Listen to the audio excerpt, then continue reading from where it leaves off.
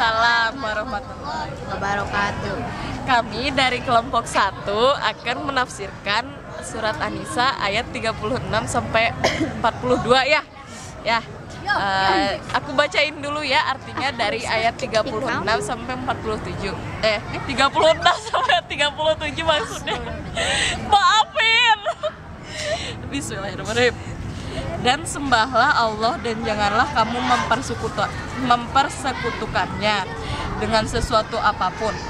Dan berbuat baiklah kepada kedua orang tua, karib kerabat, anak-anak yatim, orang-orang miskin, tetangga dekat dan tetangga jauh, teman sejawat, ibnu sabil dan hamba sahaya yang kamu miliki. Sungguh Allah tidak menyukai orang yang sombong dan membanggakan diri, yaitu orang yang kikir dan menyuruh orang lain berbuat kikir dan menyembunyikan karunia yang telah diberikan Allah kepadanya.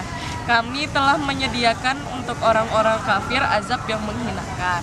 Ya, Artinya jadi ya intinya kita jangan jadi orang, jangan punya sifat orang kafir gitu yang sombong, kikir gitulah, yang membanggakan diri. Terus jadi kamu itu harus baik sama teman-teman kamu, sama keluarga, sama tetangga, sama ya pembantu, sama gitulah, sama semua orang ya, biar masuk surga. Nah sekarang kita lanjut ke ayat 38 sampai 39 sama Vina.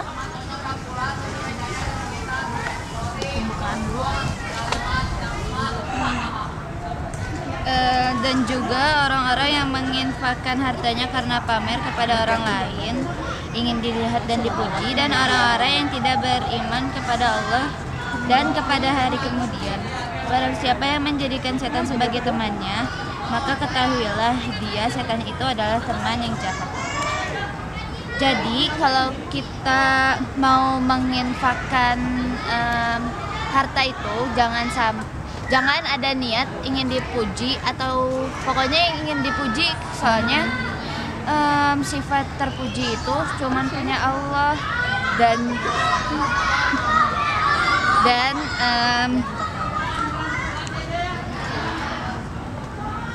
jadi kalau misalnya kita berbuat jahat juga, itu artinya kita berteman dengan setan. Dan di sini juga ada, jadi di sini juga Allah bilang kalau misalnya setan itu adalah teman yang jahat. Ayat 39-nya, dan apa keberatan bagi mereka jika mereka beriman kepada Allah dan hari kemudian dan menginfakkan sebagian rezeki yang telah diberikan Allah kepadanya, dan Allah mengetahui keadaan mereka. Sama ini di Gorda itu Jadi kita harus beriman kepada hari akhir, sama menginfakkan sebagian daripada harta kita. Misalnya kita punya 100, kita kasih 50. Ya, dilanjutin sama Izzy. Nah, di sini saya mau ngomong ayat 40 ya. Sesungguhnya Allah tidak menganiaya seseorang walaupun sebesar zarah.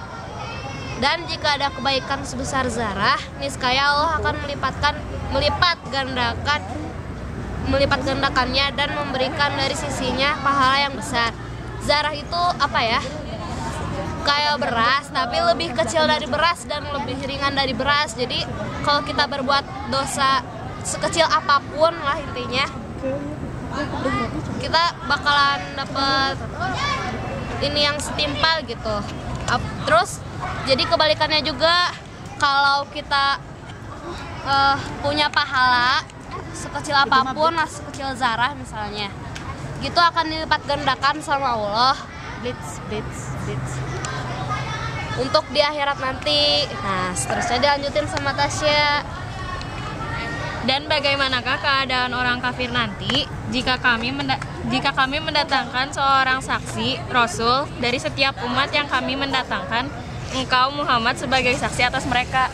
Jadi nanti gimana pun keadaan orang-orang kafir nanti di akhirat, Jadi satu umat itu didatengin satu saksi, yaitu Nabi Muhammad.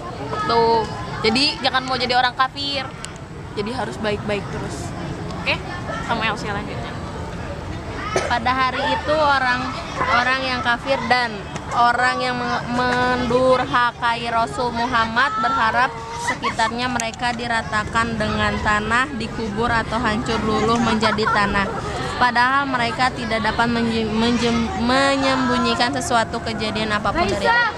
Jadi intinya mau bagaimanapun, mau kita bohong segimanapun itu, terus kita mau bisik-bisik gimana pun, kita nggak bisa menyembunyikan itu semua dari Allah, dan Allah pasti tahu semua apa yang kita lakukan. Oke, terima kasih. Udah selesai ya. Kita penutupan. Sekian dari kelompok kita. Udah sekian aja, nggak ada Arin nih. Nggak ada Arin ya. Nggak tahu kemana. Sekian